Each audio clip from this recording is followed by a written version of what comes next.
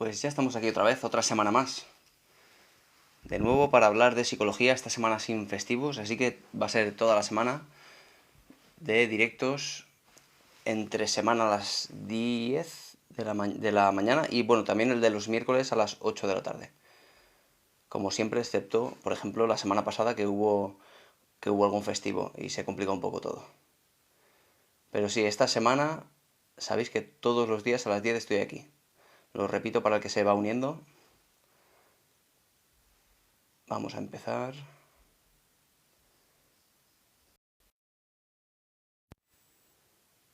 Hola, los que llegáis.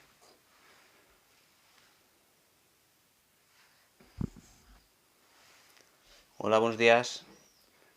Vamos a hablar de psicología, como siempre.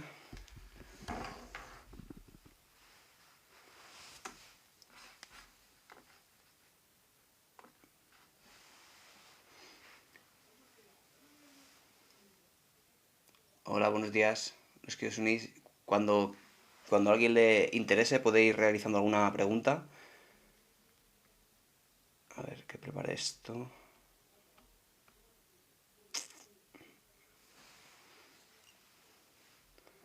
Vale. Buenos días, Johan Diz. ¿Qué hacer cuando le has perdido sentido a la vida? Teresa. Una pregunta compleja. España va bien. Una pregunta compleja. Depende quizá de el enfoque psicológico. Te podría contestar una cosa u otra. Seguramente desde el punto de vista más humanista, podríamos hacer alusión a Frankel, Víctor Frankel, no sé si te suena, que habló del sentido de la vida, de una concepción de la psicología más profunda que iba más allá de técnicas o de momentos concretos o de solucionar síntomas más bien, que buscaba eso del propósito, un poco centrar la terapia en encontrar un propósito para la persona que le empuje a vivir y no solo a solucionar esos síntomas que tenga. Lo cual me parece muy interesante y no lo veo, de hecho, que esté en contra de otro tipo de enfoques como el cognitivo-conductual.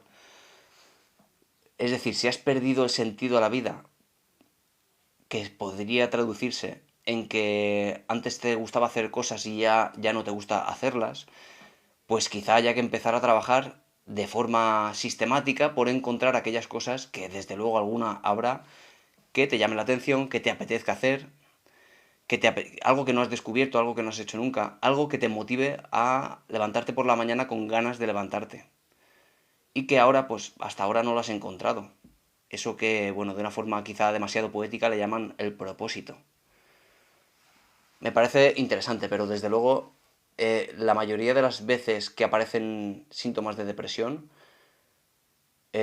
habría que centrarse sobre todo en quitar ese malestar y por otra parte, aparte del malestar que uno siente, buscar aquello que de todas maneras te motiva o te mueve hacia la conducta y te hace estar en movimiento. Es así como funciona la terapia de conducta. De una forma progresiva, sistemática, gradual, va la persona que no se mueve nada, que está totalmente apagada, moviéndose hacia la acción, va haciendo cositas pequeñas que le llevan a sentirse pues con la autoestima alta por haber conseguido algo, etcétera, ¿no? Y pero bueno, luego un poquito más allá, habría que buscar ese algo que le da sentido a tu vida en un lugar más profundo, quizás sea ayudar a los demás, puede ser que le demos muchos sentidos diferentes. A ver, el MDR es una terapia que se utiliza para el trauma, Maite, que se basa en más bien una especie de distracción para volver a reprocesar el trauma. Porque la memoria no funciona exactamente como pensamos. La memoria, a pesar de que creemos que lo que recordamos de lo pasado es un fiel recuerdo o un fiel reflejo de aquello que recordamos, pero en realidad no lo es. Cada vez que nosotros vivimos una circunstancia, nosotros la codificamos en nuestra mente solo haciendo alusión o atendiendo a determinados elementos e ignorando otros, con lo cual se codificará solo una parte, porque nuestra mente no es capaz de prestar atención a todo a la vez. Luego, con el tiempo, también se produce eso que llamamos el olvido, es decir, puede otra vez distorsionarse toda la memoria solo por el hecho de que pase el tiempo. Pero luego, otro proceso diferente y muy interesante es la recuperación. Que tú ahora mismo, desde la hora, traigas un recuerdo del pasado, por ejemplo, pues traumático. Si tú ahora mismo traes un recuerdo del pasado, no va a tener la carga emocional que tú en su momento, porque ahora estás en un contexto diferente, mucho más saludable, mucho más protegido ahora mismo, ¿no? De tal manera que si a eso le añadimos una distracción, como por ejemplo los movimientos oculares, que puedas seguir el dedo mientras estás reprocesando el trauma, mientras lo recuerdas, mientras hablas de los síntomas, eso te permitiría volver a grabar en la memoria un nuevo recuerdo menos intenso a nivel emocional que el que estaba antes guardado, que era muy intenso. Esa es un poco la idea, Maite. De todos modos, lo que subyace a la eficacia del MDR es, en cualquier caso, la exposición. Haya o no movimientos oculares rápidos, sencillamente el hecho de exponerte a aquel recuerdo en un contexto más seguro, de por sí ya funciona, que es lo que hace la terapia cognitivo-conductual. Buenos días, yo tengo deterioro cognitivo amnésico. Rosa, ¿y deterioro cognitivo amnésico qué es exactamente? Porque tiene que ver con algún tipo de demencia, me imagino que no, ¿verdad? Es algo muy específico. Bueno, coméntame, Rosa, ¿en qué se manifiesta eso? ¿Tienes amnesia anterógrada o retrógrada? Es decir, que no puedes, mm, no, o te cuesta recordar cosas del pasado o que te cuesta aprender cosas nuevas sostenido en el tiempo. Cuéntame un poquito, Rosa. A mí me ayudó la medicación, el deporte, la meditación, el yoga y la respiración diafragmática, claro. Claro, Maite, ayuda mucho. El MDR, pues bueno, pues es una técnica que no es la más eficaz, pero bueno, pues me parece interesante, claro, de todas maneras. A ver. Mira, ¿qué opinas del PNL? Cambiar las líneas temporales se puede usar para anclar en el pasado. Dos, creo que esto sigue. Ah, se te olvidan las cosas. Pero, o sea, se te olvidan las cosas las que haces ahora, ¿verdad? Porque tú no tienes problemas con el pasado, ¿o sí? Es decir, esa memoria episódica de tus sucesos, lo que tú has vivido en tu vida, ¿tienes algún problema con eso? Oye, mecánica, ¿qué máster has hecho? Yo soy psicólogo, soy graduado en psicología, colegiado en el colegio de la Comunidad Valenciana y tengo varios másters. Entre otros, tengo el de infanto juvenil, tengo el de del que he hablado aquí alguna vez, el de el comportamiento no verbal y detección de mentiras, el sanitario, etcétera. Tengo varios másters. A ver, un momento. Para anclar traumas, a ver qué me... Para anclar traumas, a ver. Ah, bueno, del PNL, sí, estaba diciendo del PNL. El PNL no, es una pseudociencia, no tiene evidencia científica y muchas de las cosas que yo he visto hablar del PNL son cosas que directamente no son así, no son verdad. Ah, claro, a ver, sin tampoco ni echar tierra, ni echar mierda de nada, de ninguna otra fuente de conocimiento. Pero es cierto que todo lo que uno aplique debería ser confirmado, debería ser por lo menos confirmado que funciona, ¿no? Y el PNL concretamente, no, hay muchas de las cosas que dicen. De hecho, por ejemplo, ¿recordáis eso que decían, yo como experto en comportamiento no verbal, detección de mentiras, por cierto, número uno de mi promoción cuando me lo saqué, o sea, se me dio muy bien ese tema. Por cierto, decían, por ejemplo, aquello de que si mirabas hacia arriba y a la izquierda, pues recuperabas partes de lo visual o no sé, o la creación, de tal manera que al final concluías que estaba mintiendo. Eso viene del PNL, no tiene ninguna evidencia científica, con lo cual, ¿por qué hacer alusión o por qué asumir una ciencia que no es una ciencia, que no está demostrada, por lo tanto es una pseudociencia? Así que el PNL a mí no me interesa en absoluto. Parece más bien como una especie de curso rápido de psicología más bien barata en el sentido de que no es funcional, que te da una especie de, no sé, de como de criterio para que alguien confíe en ti, pero no es otra cosa. Realmente no tiene ninguna base científica. Vale, a ver que no me pierda nada.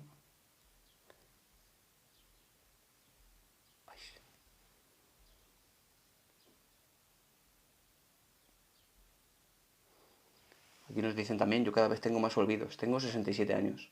Yo también tengo cada vez más olvidos. Y tengo 36. Por eso me lo apunto todos. Todo me lo apunto, Paca, en la agenda. Todo me lo apunto todo en la agenda de Google. Lo tengo todo ahí. Tengo 40.000 colores. Si no, se me olvida todo. También. Sí, pero bueno, mientras no vaya asociado a otros síntomas, no habría que preocuparse. Pero bueno, que en sí mismo los olvidos, bueno, de forma casual, no sería mayor problema si no va asociado a otro conjunto de síntomas. No te preocupes tampoco, me refiero. La preocupación no ayuda en estos casos. No quita que te hagas pruebas y lo que tengas que hacer, ¿no? A ver, estoy con tratamiento y deporte, me falta saltar a psicología, pero no me encuentro preparada para hablar. A ver si este comentario continúa. Para hablar. No entiendo a qué te refieres. No me encuentro preparada para hablar. A ver si me contesta esta persona que se llama IGVCD. Un nombre difícil.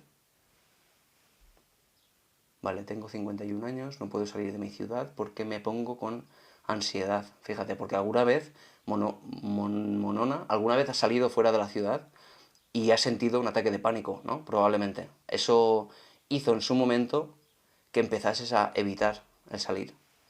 ¿Es posible? Hemos hablado aquí alguna vez del ataque de pánico y de esas consecuencias relacionadas con después evitar el síntoma del ataque de pánico. Es decir, por un lado el ataque de pánico concreto específico en un lugar y luego es el miedo a ese ataque de pánico en otros lugares, que es lo que llamamos agorafobia. Voy a mecánica, por mucho ánimo. Acaba la carrera, que es maravillosa. ¿Crees que todo el mundo debería ir al psicólogo o eso es un error? Aquí hay diferentes opiniones. Claro, yo he visto que, digamos, con el paso del tiempo ha ido cambiando esa concepción del psicólogo como, bueno, como esa especie de persona que te repara un problema grave. Y bueno, todavía la gente viene cuando está muy mal, cuando está ya en lo peor de lo peor. Pero sí que es cierto que yo tengo muchos pacientes que me vienen a consulta y cuando les pregunto, bueno, ¿cuál es el motivo por el cual vienes? ¿Qué problema tienes? Y dicen, no, ninguno. Solo vengo porque quiero aprender herramientas, técnicas para prevenir cualquier tipo de problema en el futuro. Me parece muy interesante. Eso ha ido cambiando. Entonces, a ver, yo sé que las personas que se han preparado para, de forma cognitiva, de forma con, digamos, determinadas herramientas o estilos de afrontamiento, cuando después le viene un batacazo, están mucho más preparados. Eso es así. Y yo tuve un paciente que después de estar con la persona trabajando varios meses para unos síntomas de ansiedad, después le vino un diagnóstico, un golpe duro a nivel físico, un diagnóstico médico, y recuerdo que me decía que menos mal que tuvo ese proceso para aprender a gestionar su ansiedad, porque si no hubiera sido muy diferente el diagnóstico, muy diferente. ¿Recomiendas dejar de trabajar si tengo depresión? Morwen, interesante. Dejar de trabajar si tengo depresión. Bueno, si la depresión te lleva, claro, a lo que te empuja la depresión, y habría que diferenciar tener depresión de que tengas síntomas de depresión, que es lo que pasa cuando vas al médico. Al médico tú le dices que estás todo el día triste, que no tienes ganas de hacer nada y ya te va prácticamente a dar antidepresivos y casi que si se lo pides te va a dar la baja. Es un poco después más difícil, es cierto, pero se ven casos así.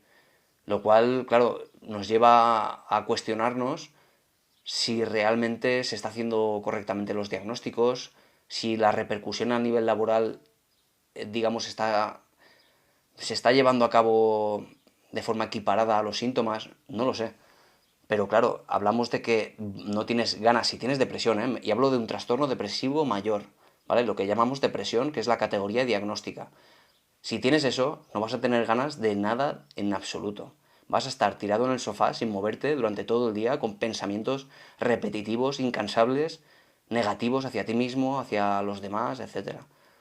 Entonces, claro, si la duda es si quiero, si, no, si puedo, si... Claro, a ver, siempre va a ser mejor que sí, porque es de hecho la terapia más efectiva para la depresión es empezar a moverse de forma progresiva, con muchísimo esfuerzo. Con lo cual, si puedes, Morwen, si puedes, si te sientes con aliento para ir a trabajar a pesar de tener síntomas depresivos, si quieres de verdad salir de la depresión, será un grandísimo trabajo avanzado si vas a trabajar, desde luego. Eso sin ninguna duda. Ahora otra cosa es que no puedas. que te veas tan agotado o agotada que no puedas ni moverte. El cuerpo como si me hubiera pasado un camión acompañado.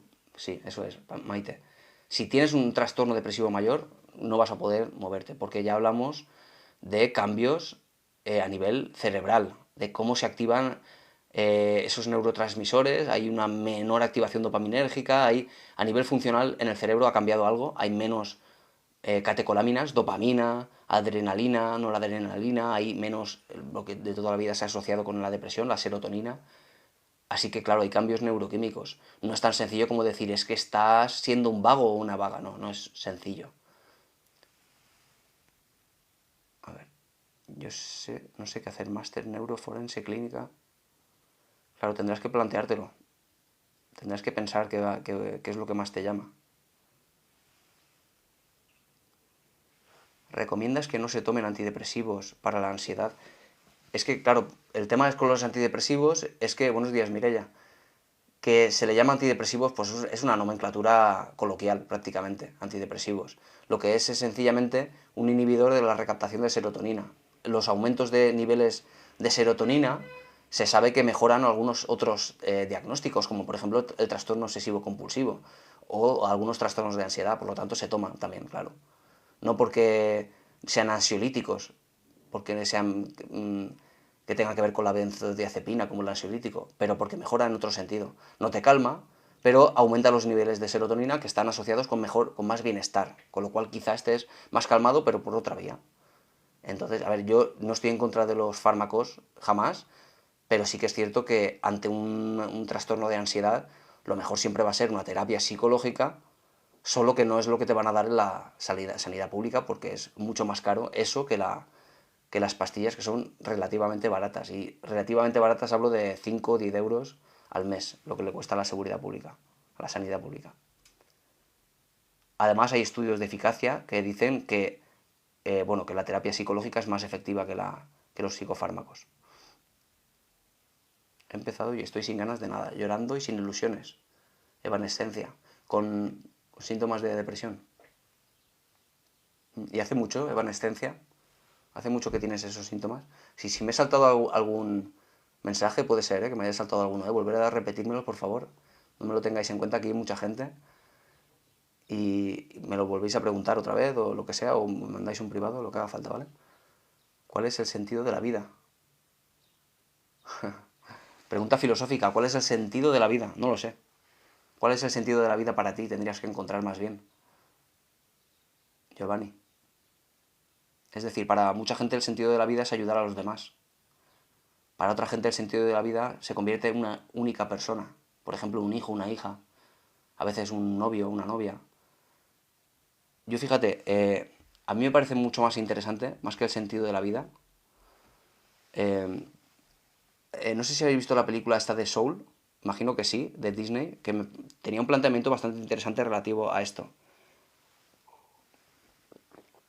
Hablaba del propósito, ¿no? Quizá, del sentido de la vida, de eso tan inminente, tan ominoso, tan solemne.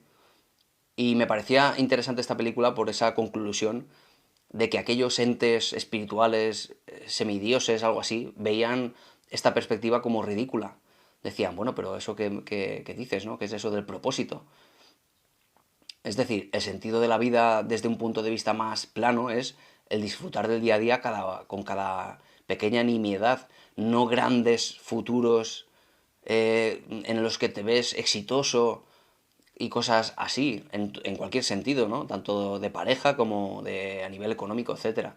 Sino más bien el levantarte por la mañana, respirar el aire con determinado agradecimiento, el pisar el suelo descalzo, sentir el frío, ese tipo de cosas que a uno podrían hacerle considerar que el sentido de la vida son esas pequeñas cosas todo el día. Y que si conectas con esa conciencia plena de cada uno de esos elementos, pues te das cuenta que ese supuesto propósito no era tan eminente y no llenaba tanto. Y como pasa en la película esta, que bueno, no importa porque es una película, pero me parece un buen reflejo de lo que mucha gente experimenta cuando consigue sus objetivos. ¿Qué experimenta mucha gente cuando consigue sus objetivos? Que no era para tanto.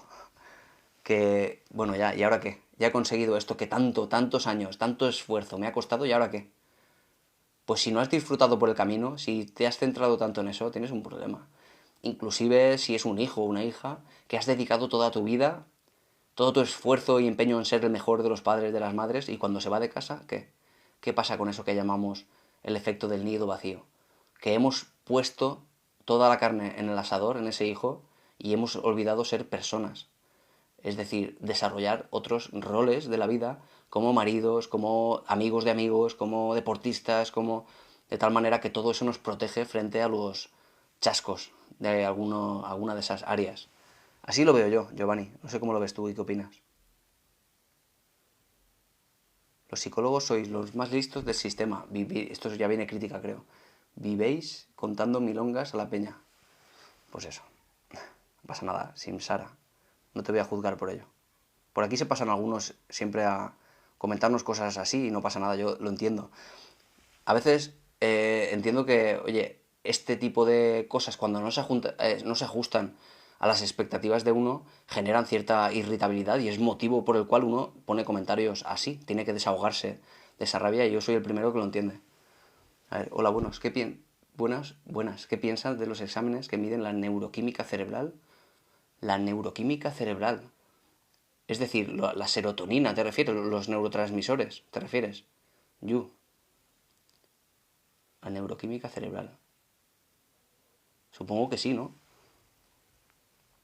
Si me contestas a eso, te digo qué opino. La sertralina ayuda a dar ánimo, pero causa insomnio y jaquecas.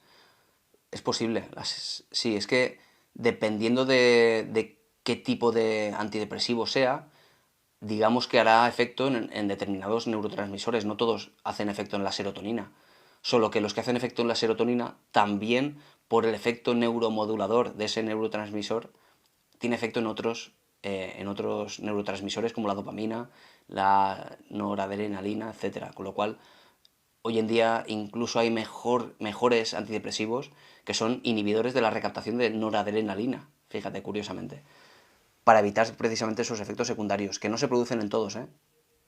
Por eso el trabajo del psiquiatra es siempre el buscar cuál es el menor efecto secundario posible para tu caso concreto, con tu edad, tu sexo, tu peso, todo, ¿no? Teniendo en cuenta todo eso.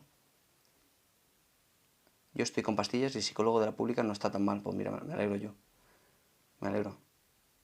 Hay gente que tiene suerte o entra en el momento preciso donde no hay mucha carga. Pero sí, sí, hay casos en los que tardan hasta 6 meses para una consulta y luego la siguiente a los 6 meses. Claro, dependerá de la carga. Como pasa con las operaciones, por ejemplo, ¿no? Alguien dice de repente, yo no sé por qué llevan 2 años para llamarme para una operación, ya no sé quién, le llamaron en una semana. Claro, depende de la carga que hay, de la saturación, que eso va variando también, ¿no? A ver, recomendaciones, libros para trabajar la comunicación asertiva en pareja. Un par de cabezotas. Natalia, como no leo libros para personas que no son psicólogos, yo leo libros de texto y leo estudios científicos. Claro, no puedo recomendarte, sé que muchos psicólogos escriben libros con este fin, pero claro, yo como no los leo no te puedo recomendar. Pero sí, el tema de la comunicación asertiva en pareja funciona muy bien, se puede trabajar, al final son 4 técnicas que tienes que ir aplicando, porque al final las técnicas están, ¿no?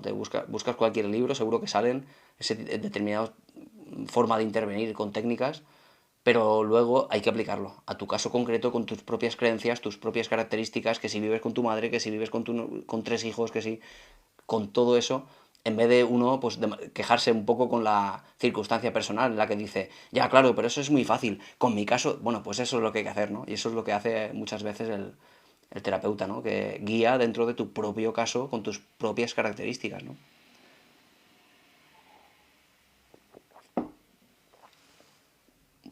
Vamos a ver, tenemos aquí 113 personas. Muy bien, mucho éxito siempre, ¿eh? Esto.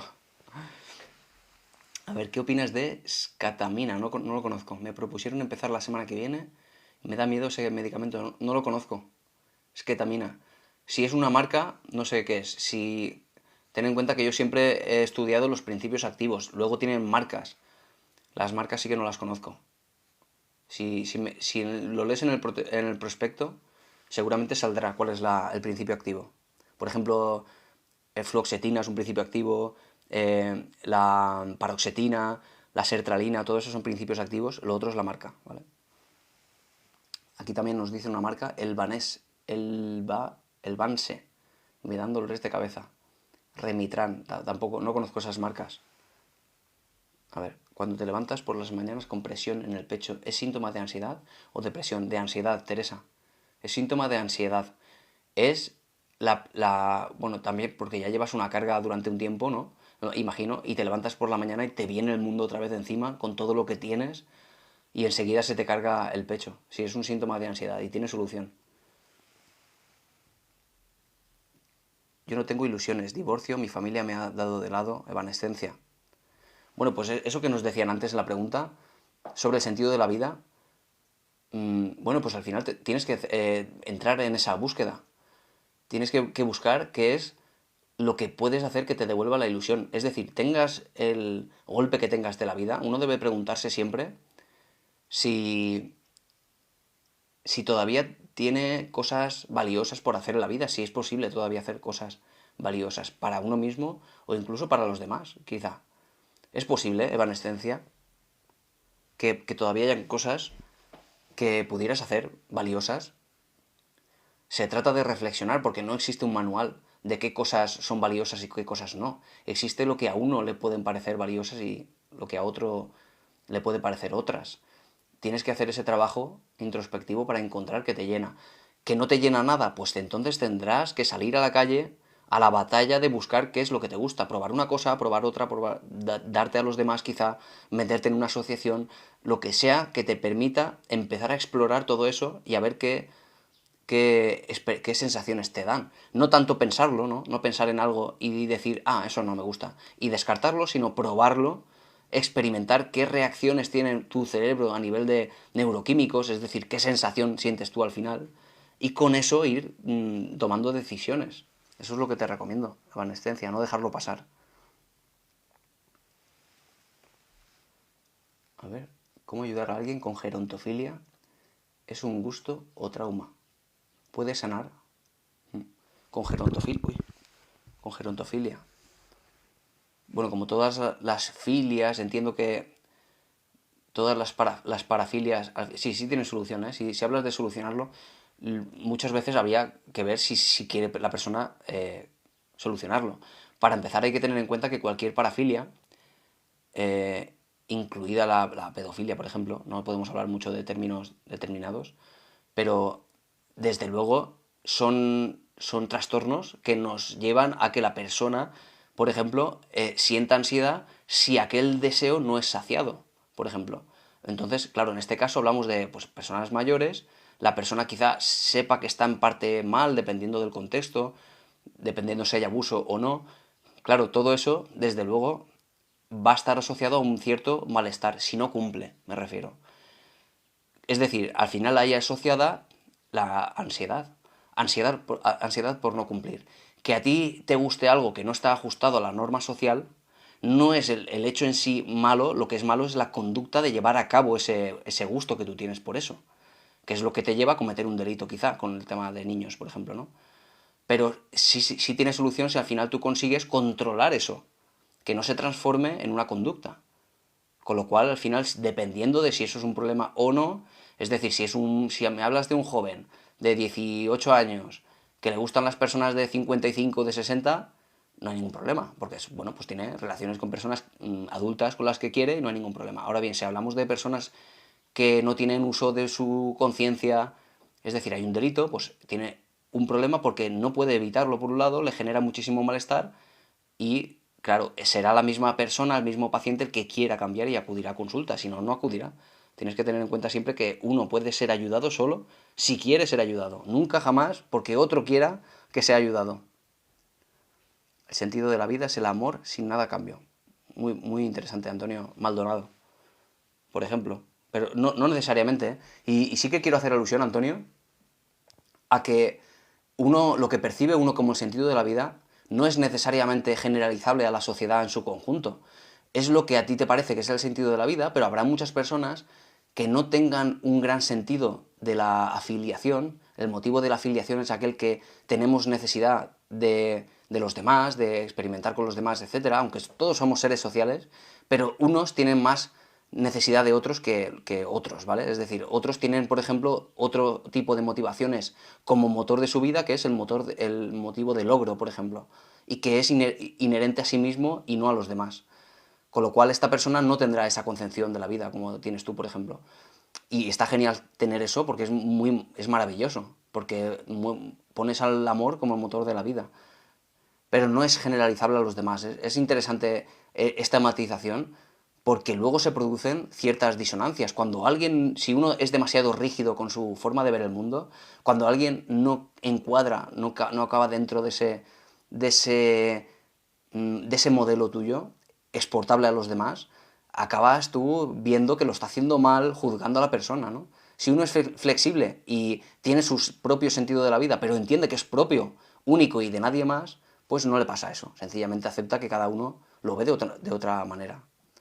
Y que algunos lo verán como tú y será maravilloso y genial. Pero eso, que habrán diferentes formas siempre. Una persona que carece de empatía puede llegar a ser peligrosa. Sí, hemos hablado aquí alguna vez de la psicopatía, del psicoticismo más bien, que es una faceta de la personalidad que de una forma, digamos, como un dial de una radio, pues es mayor o menor grado de psicoticismo o afectividad, que es la máxima empatía, ¿no? Claro, puede ser peligrosa si hablamos del máximo extremo de psicoticismo y muy bajo empatía. Será peligroso en el caso de que la persona necesite de algo en el cual tú estás en medio y digamos que le sobras. Pues probablemente sea capaz de tomar una decisión en la cual pase por hacerte daño, por ejemplo. No necesariamente será cometerá delitos, quizá, no necesariamente, pero sí, digamos que aumenta la probabilidad de que ocurra algo así.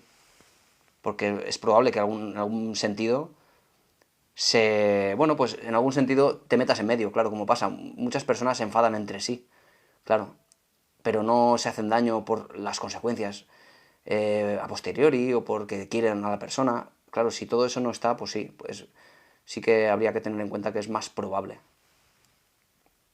La distimia se puede curar, sí, se puede curar, aunque es lo que llamamos depresión crónica, pero se puede gestionar los síntomas porque como no es episódico, nos decía esto Ana, como no es episódico, como es siempre los síntomas igual, digamos que trabajando los síntomas se mejora muchísimo digamos, el día a día, ¿vale? Te empiezas a mover hacia la conducta, empiezas a gestionar esos pensamientos rumiativos, empiezas a creerte que sí vales a pesar de los pensamientos y empiezas a vivir mucho mejor. La película se llama Soul, o sea, alma.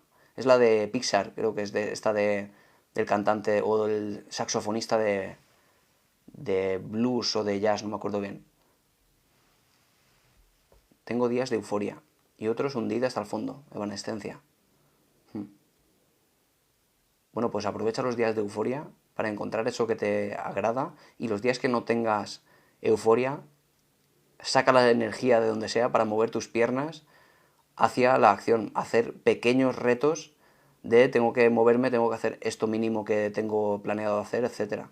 Es lo que llamamos terapia de conducta, es lo que suele funcionar mejor, lo que tiene mayor eficacia en los estudios de eficacia de las terapias, más que las cognitivas, por ejemplo, que ataca más a la forma de pensar sobre uno mismo. ¿Se puede fingir una enfermedad mental? Sí, claro. M. Cielo. Se puede fingir, de hecho yo recuerdo de un estudio de cómo se llamaba este hombre. Luego lo buscaré. Me parece que lo tenía por aquí. Espérate. Lo voy a buscar. A ver, era un estudio de... Sobre todo por recordar el autor, porque me acuerdo del estudio de que iba.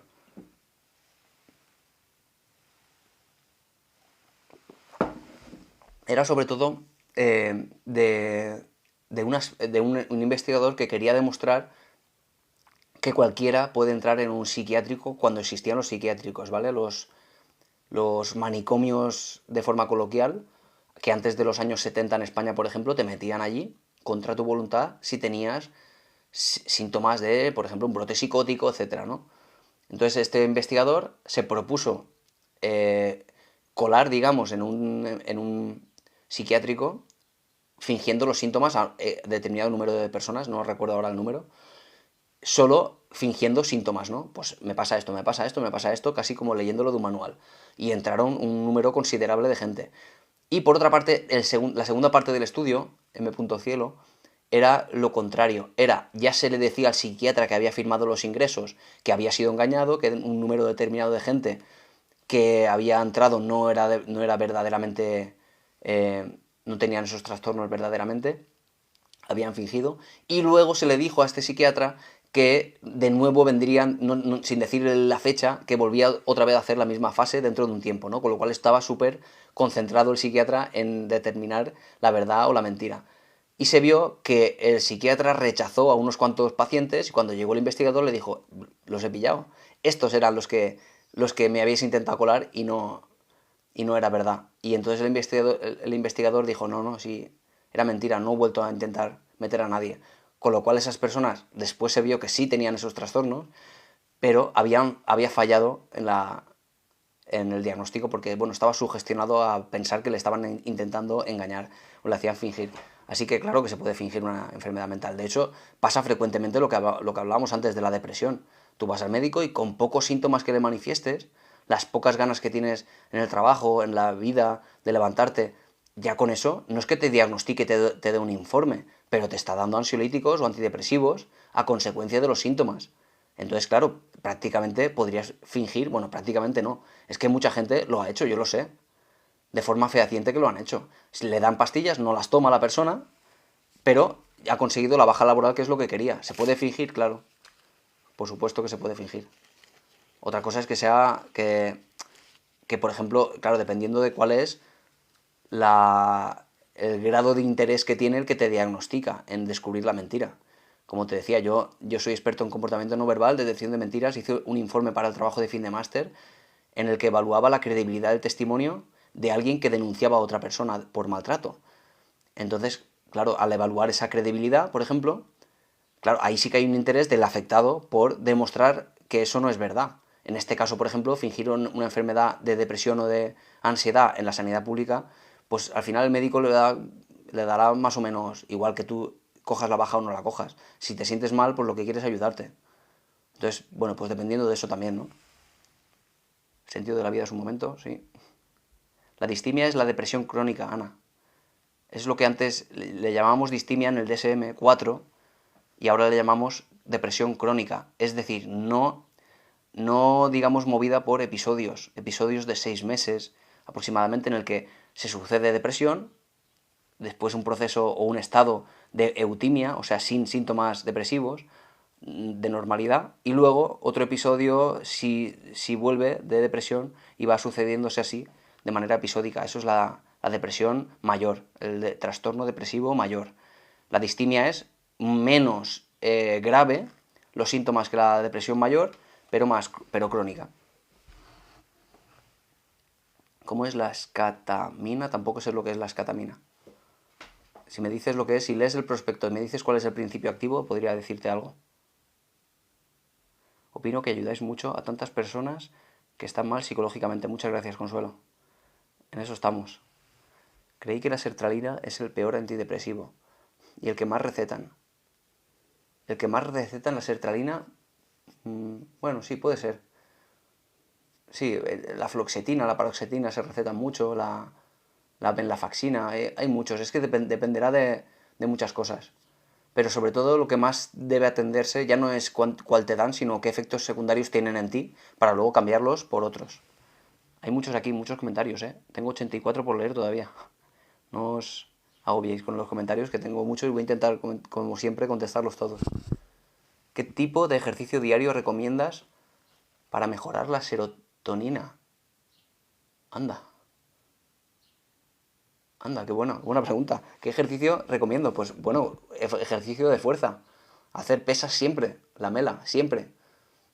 El ejercicio ya no solo por la serotonina, sino por ese factor neurotrófico de crecimiento que está asociado a mejor bienestar y de una forma secundaria a la segregación de catecolaminas en general, no solo serotonina. Sí, sí. Ejercicio de fuerza, más que andar, por ejemplo, que también está bien, hacer cardio, pero el ejercicio de fuerza en general para todo, ¿eh? Yo lo hago desde hace muchos años y vamos, no me lo dejaría jamás, a no ser que no pudiera. Mi hijo es TDA y la sociedad lo trata mal y él no se da cuenta de lo que hace. Es muy intenso. Mm. Lo trata mal, sí, es algo muy frecuente, asociado muchas veces a bullying o incluso en algunos... porque no tiene síntomas de hiperactividad, entiendo, ¿no? Juani, Juani PV. Sí, pero es que cualquier diferencia, entiendo, cualquier diferencia lleva a muchos niños a ser víctimas de bullying, a no ser comprendidos y claro, si encima añadimos un problema del neurodesarrollo, que ni siquiera es un trastorno, el TDA no lo es una forma diferente de procesar la información, claro, es diferente. Y como es diferente, pues los demás vamos a ver cómo interactúan con eso de una forma muchas veces poco eficiente. También a los niños que se meten con estos otros niños deben ser enseñados a entender a los demás, ¿no? A entender que no todos somos iguales. Y que esta otra forma de procesar la información debe ser entendida, porque si no, es que es muy fácil juzgar. Como yo me creo que mi realidad es la absoluta y la verdadera, cuando otro no lo hace como yo, cuando otro no puede como yo, no piensa como yo, lo juzgamos con demasiada celeridad, casi como un mecanismo automático. Así que, claro, todo este trabajo que nosotros hagamos para que los niños no juzguen a los demás, que entiendan que son diferentes formas de ver las cosas, siempre va a ayudar a que no ocurra esta sobredosis de psicoticismo que hablaba antes, de poca empatía. La empatía hay que trabajarla en general en la sociedad, ¿eh? A ver, aquí se han omitido algunos comentarios, habrán dicho cualquier cosa, cualquier barbaridad, no pasa nada, y todo es comprensible.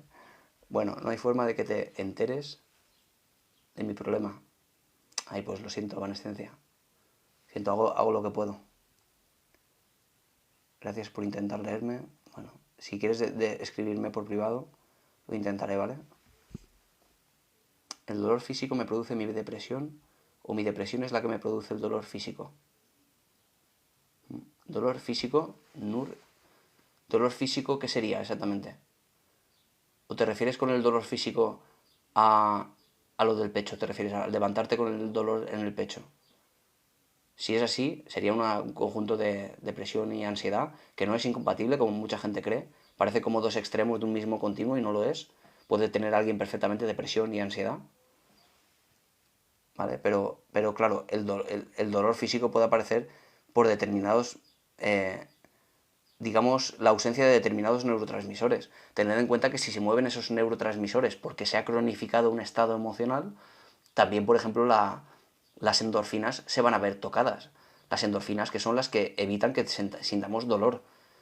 Si hay ausencia de ese tipo de hormonas, puede ser que te esté provocando dolor, claro.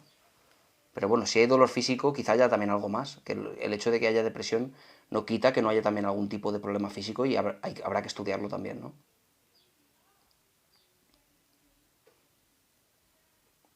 Alprazolam. Para la depresión, alprazolam. No me suena alprazolam, la marca. Yo dejé la sertralina, se lo tomó. Solo tomo Lorazepam. ¿Es Lorazepam? O yo me recuerdo que había uno que era Lorazepam y sí que era el principio activo. Quizá le han cambiado la A para, y la han llamado así con la marca. Me ayudó con el deporte, la meditación, la alimentación. Desde luego, ¿eh? No es en vano, ¿eh? Que el médico, por ejemplo, te diga, a deporte, come mejor. Eso es desde luego porque todo eso influye, ¿eh?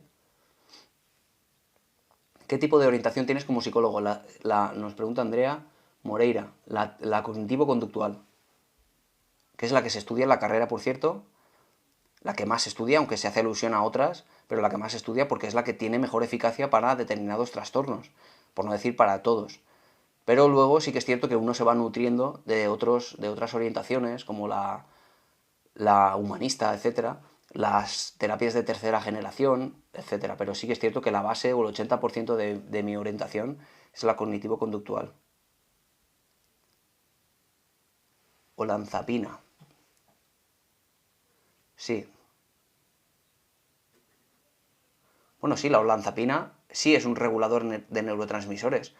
Es un inhibidor de la recaptación de serotonina, de dopamina, concretamente, o lo que de forma coloquial de nuevo llamamos un antipsicótico, porque como elimina o disminuye los niveles de dopamina en la vía mesolímbica de la dopamina, en la rama que pasa por esa parte, que está asociado a pues determinadas alucinaciones, pues digamos que le han llamado, mal llamado, porque al final no se trata de eso, un antipsicótico, pero sí es un inhibidor sencillamente, sin más, de la recaptación de dopamina en determinadas áreas, porque los antipsicóticos normales, los de toda la vida, los clásicos, disminuían los niveles de dopamina en todas las vías de la dopamina, con lo cual llevaba luego a un montón de efectos secundarios, porque si reduces los niveles de dopamina en la vía extrapiramidal o nigroestriada, por ejemplo, te lleva a síntomas como discinesias, movimientos espasmódicos, problemas del movimiento, que es lo que pasa con el Parkinson.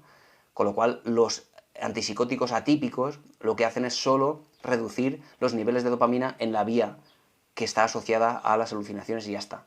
Con lo cual, pero bueno, que si no tienes alucinaciones, pero tienes, por ejemplo, es que se toma para muchas cosas. Como antes hablábamos de los antidepresivos, que se toman para más cosas, no solo para la depresión.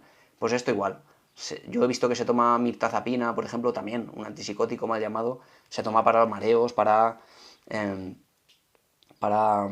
vértigos, etcétera. Con lo cual, pues al final es sencillamente que hay, digamos, hay dopamina que queremos variar los niveles y le tomamos eso solo para ayudarle, ya está. No, no hay que hacer alusión demasiado a ese término coloquial. ¿Qué opinas de las ashwagandha? A ver, la ashwagandha, no sé cómo se pronuncia bien. Creo que es, y si no me equivoco, me lo dices, Consuelo, ¿es esto para estudiar? ¿Es algún tipo de nootrópico? Puede ser, ¿no? ¿Es posible, Consuelo? Dímelo a ver si... Creo que sí, ¿eh? Bueno, ahora cuando me contestes voy a ir para abajo ahora y me contestas y te respondo. El Van, el Vanse es un metanfetamina del TDAH, vale. Vale, vale. Sí, lo cual funciona muy bien, ¿eh?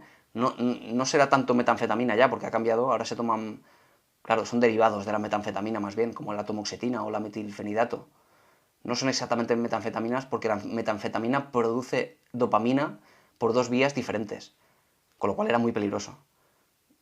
Los fármacos modernos ya solo la producen por una vía. Es que era como que aumentaba los niveles de dopamina por un lado y luego inhibía la recaptación, con lo cual había el doble de dopamina y eso podía ser peligroso.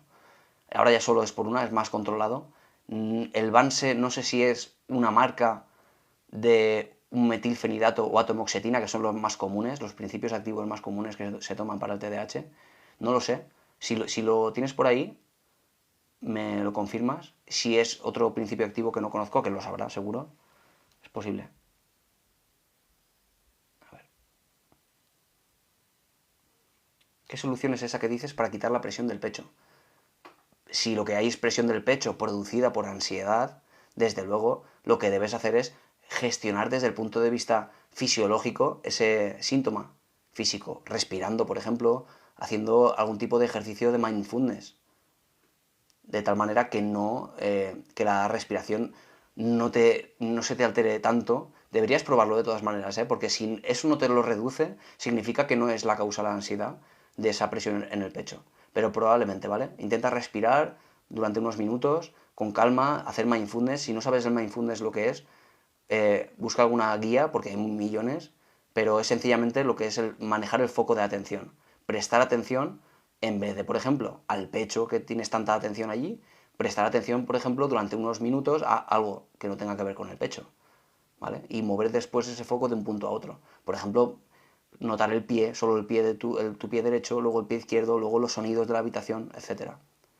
Eso podría reducir los síntomas fisiológicos de la ansiedad si esos son los motivos por los cuales sientes esa presión en el pecho.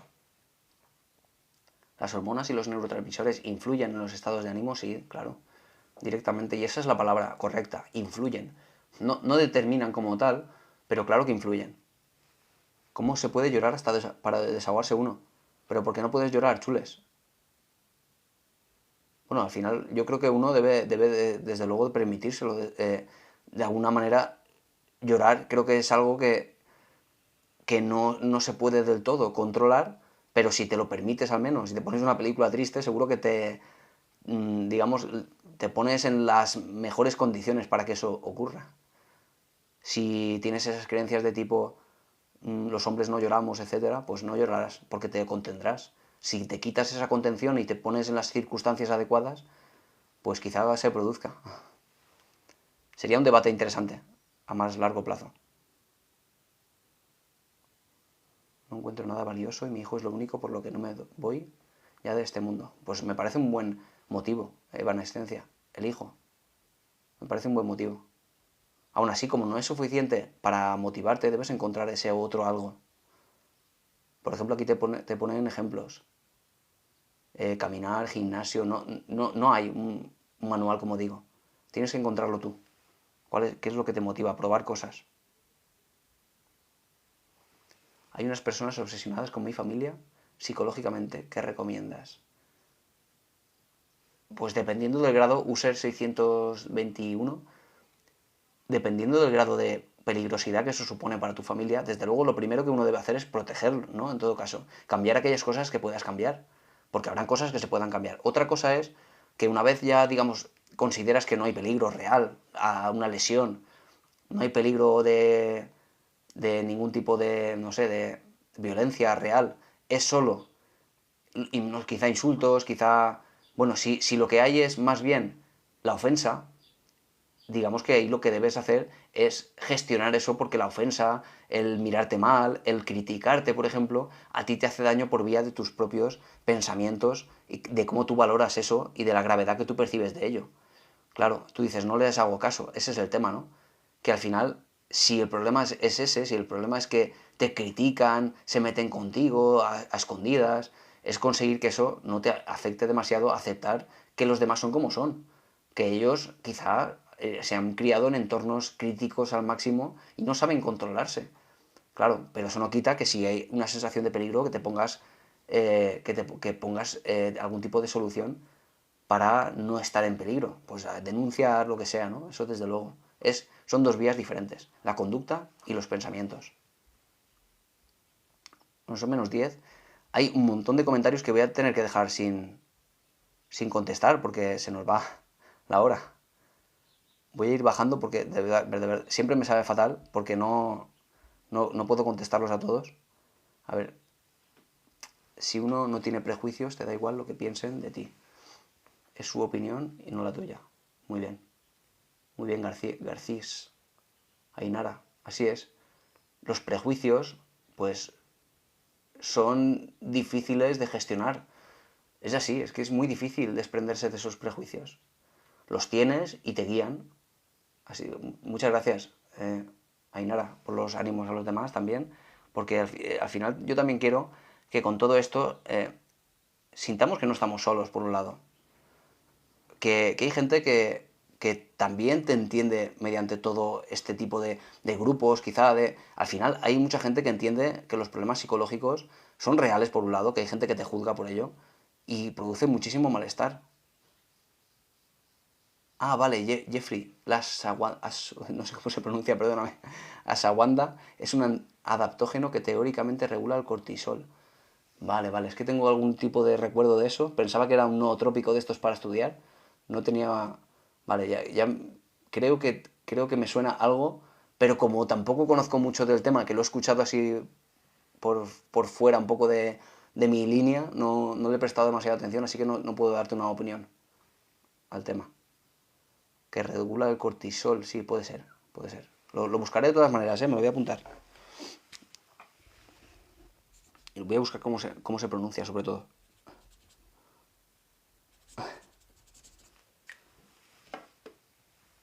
A ver.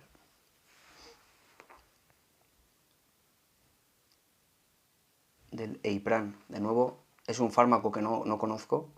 Eipran, a no ser que me digas cuál es el principio activo, ¿vale? Si buscas en la caja, aparte de la marca, que me imagino que Eipran será la marca, detrás saldrá el principio activo o en alguna parte saldrá. De tipo, pues, paroxetina, fluoxetina, ¿vale? Venlafaxina, etcétera. El niño tiene 6 años con hiperactividad.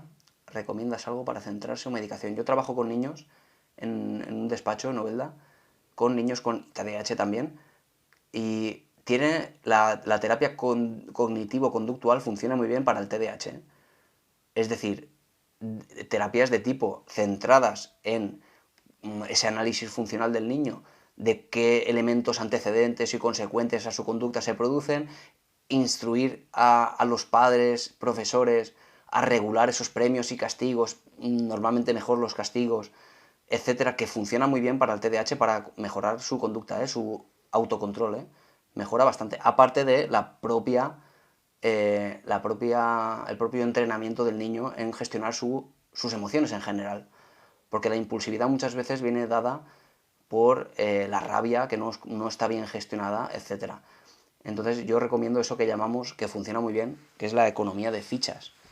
¿Vale? Sobre todo eso, economía de fichas es esa estructura de premios que se le puede dar al niño si consigue ciertos hitos. De tipo, no te levantes de la silla mientras comemos, si consigues no levantarte te pongo un puntito, si consigues X puntitos al final el fin de semana te podrás acceder a este premio, a este premio, a este premio, por ejemplo, ¿no? Eso funciona bastante bien. Ha demostrado bastante eficacia, ¿vale? Ay, nos vamos a tener que ir pronto, ¿eh? En todas, a ver qué nos dice Forn. Me suena Forn, ¿eh? Yo creo que ya he estado por aquí. En todas las carreras siempre utilizan la psicología cognitiva.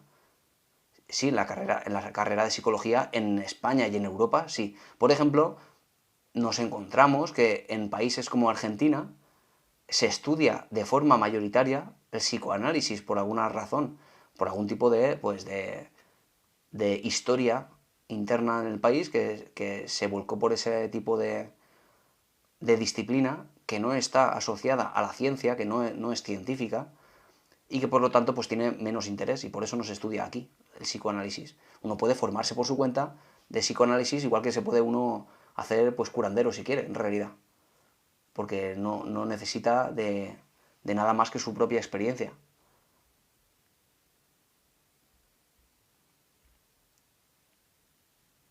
Vale. Bueno, vamos a ir... Ay, yo de verdad que lo siento mucho los comentarios que dejo sin contestar. Lo intento, ¿eh? Intento contestar todos, pero bueno, también entendé que hay mucha gente. Y nada, ya sabéis que los... Ay, la cabecita. Los pensamientos. Vale, vamos a abrir mañana con eso, ¿vale? Cómo controlar los pensamientos intrusivos, automáticos que uno no quiere, ¿vale, Duenda? Mañana a las 10 en punto. No, 10 en punto no. Mañana a las 10. Ay, gracias, Ainara. A las 10 estaré en punto en Radio Monóvar. Estaré. Bueno, también lo pongo por ahí, en alguna parte. Pondré el enlace, venga, por si alguno lo quiere escuchar online. En directo en la radio, una entrevista corta de unos 10-15 minutos. Y luego a las 10:30 vuelvo otra vez aquí al directo con vosotros, ¿vale? Ahí, gracias, Tere. Siempre, sabéis que todos los días, a las 10 de la mañana, excepto el martes, que es a las 10:30, estoy aquí con vosotros y los miércoles a las 8 también, porque yo soy así. Estoy aquí todos los días, ¿vale? Y que bueno, que el que quiera escribirme para una consulta, me escriba por privado. Y que, por cierto, que me han preguntado varias veces, que abrí un espacio, aquí en TikTok hay un espacio que pone suscripción, que se me ocurrió un día que por este problema que hablamos de a nivel económico, que es un problema también la consulta, vale dinero, que como la seguridad social no te llega a aportar la ayuda necesaria y uno tiene que acudir a lo privado, pues bueno, abrí este grupo, que creo que son 3,49 al mes, y uno pues puede ahí contarme sus problemas, yo le mando vídeos con unas posibles soluciones, hacer un seguimiento y sobre todo que lo más interesante de ese grupo que se me ocurrió hacer es que podáis estar dentro de ese grupo varias personas y poder entre vosotros ayudaros también, que es un poco la idea. Y haremos cuando seamos 10 personas en ese grupo, empezar a hacer también algún directo para este grupo, para que podáis contarme con un poco más de tranquilidad, un poco vuestros problemas. Pero bueno, yo lo dejo ahí, ¿vale? Porque no deja de ser también una opción para personas que no tienen la capacidad de pagar todas las semanas esas consultas, que hay gente que las necesita de verdad. Así que, a ver, esta mañana se ve que tu misión es ayudar, no como los psiquiatras. Ánimo a todos, salud y libertad. Ay, ¿cómo es lo del grupo? Sí, es en mi perfil de TikTok, ahí bajo un espacio que pone suscripción, y ahí lo veréis, lo de suscripción, y ahí pone pues, los pasos a seguir para entrar en ese grupo. Y ahora mismo somos 2 personas ahí, ¿vale? Cuando seamos 10 empezaremos a un poco hacer esos directos solo para estas personas, ¿vale? Por tener un poco más de espacio, porque veis que aquí, claro, a ver, yo intento, ¿eh? Intento seguir todos los comentarios, pero se quedan muchos colgados y también es una lástima, claro, ojalá pudiera contestarlos a todos. Cuando éramos muy pocas personas era más sencillo. De hecho, me tocaba tener preguntas yo preparadas de otros pacientes que me habían dicho antes, porque no podía, y ahora hay mucha gente en los directos, así que, ¿vale? Pues que lo sepáis que tenéis esa opción. Soy de Alicante, provincia de Alicante, un pueblo que se llama Monóvar, que está, bueno, pues si a alguien le suena, Elda, Novelda, todas esas ciudades está cercano es la zona oeste, suroeste de Alicante. Por si alguien, por si alguien es ubicado o conoce la zona. Así que nada, un placer, como siempre, estar con vosotros y nos vemos mañana a las 10:30 aquí, ¿vale? Pasaré el enlace de todas maneras de Radio Monobar por si alguien quiere escucharme en directo, aunque siempre subo después vídeos, siempre lo grabo, los directos. Por cierto, también no lo he dicho, que luego también es que no paro, mira, qué estrés, estoy de estrés hasta aquí, voy a tomar esa guanda de ese, porque estoy de estrés hasta aquí arriba. Que luego voy también a Teleelda, también a la 1:30, que es una tele con la que tengo yo colaboración, y voy de vez en cuando a hacer allí intervenciones. Hoy voy a hablar de la psicomotricidad de los niños, así que mira, no paro. Ya hablaremos mañana de cómo el estrés, que yo tengo mucho estrés, lo tengo, cómo el estrés realmente no es tan malo, que se puede gestionar y no tiene por qué ser realmente un problema, ni estar asociado tanto al cortisol de forma tan negativa. Luego mañana, bueno, me lo voy a apuntar también para revisarlo mañana, a ver, que me ha salido aquí una cosa. Esto sí. Y nada, ahí, un momento, esta. Siempre cuando pasa alguna hora justo me sale aquí algo. A ver, este. Como para, no sé, como para confirmarle que estoy aquí todavía. En fin, chicos y chicas, muchas gracias a todos por estar ahí. Mañana nos vemos. Adiós.